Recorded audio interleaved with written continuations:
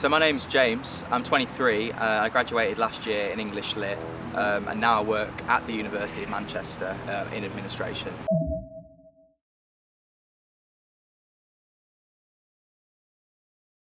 I didn't go to university because of any particular field that I wanted to pursue or any future profession.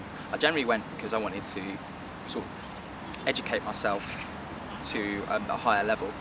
That's why I picked English literature, because I thought it was quite a broad degree subject, so as well as learning very practical skills, you also get to sort of generally enrich yourself. So I'm from Stoke-on-Trent, which is a pretty working class place, and the majority of people I know didn't go to university. I was the first person to go to university in my family, and as a result that meant that it was seen as a little bit more of a novelty when I wanted to go and when I finally got in.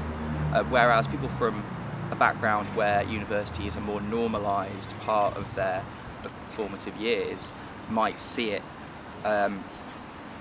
quite differently. The question would be, oh great, you want to go to university, what do you want to do afterwards and how is this going to help? Whereas someone from my background, the fact that I got into university alone was an achievement in and of itself.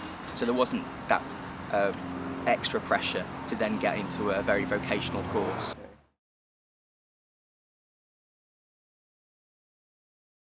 I'd say the biggest issue in this country at the moment is the housing crisis, and that's really affecting the prospects of young people, and they're starting to think that maybe I won't be able to ever have a house. And when we're told, especially after the 80s and 90s, where home ownership was seeing one of the big ways to buy into society and become part of society, young people are starting to feel ostracised from it in a way because they're not able to partake in home ownership.